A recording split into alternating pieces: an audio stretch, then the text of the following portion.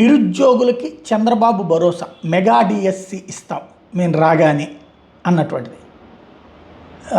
గతంలో mega DSC జరిగిందా 2014 నుంచి 19 దాకా అంటే నథింగ్. కానీ ఈ దఫా ఖచ్చితంగా ఇప్పుడు మొన్న డిఎస్సి అనౌన్స్ చేశారు. దాని మీద కోర్టులో వేసింది ఎవరు? వ్యవస్థీకృతంగా మేనేజ్ చేయడానికి ప్రయత్నించింది ఎవరు?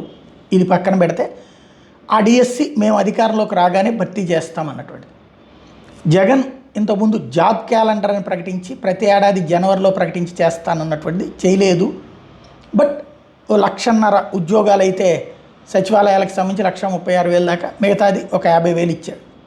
అది ఏడాదికి ఒక 50,000 చొప్పున ఇచ్చుంటే అతనికి అది ఫెచ్చింగ్ అయి ఉండేది. ఒకేసారి ఇచ్చేసాడు. ఆ తర్వాత క్యాలెండర్లు లేవు.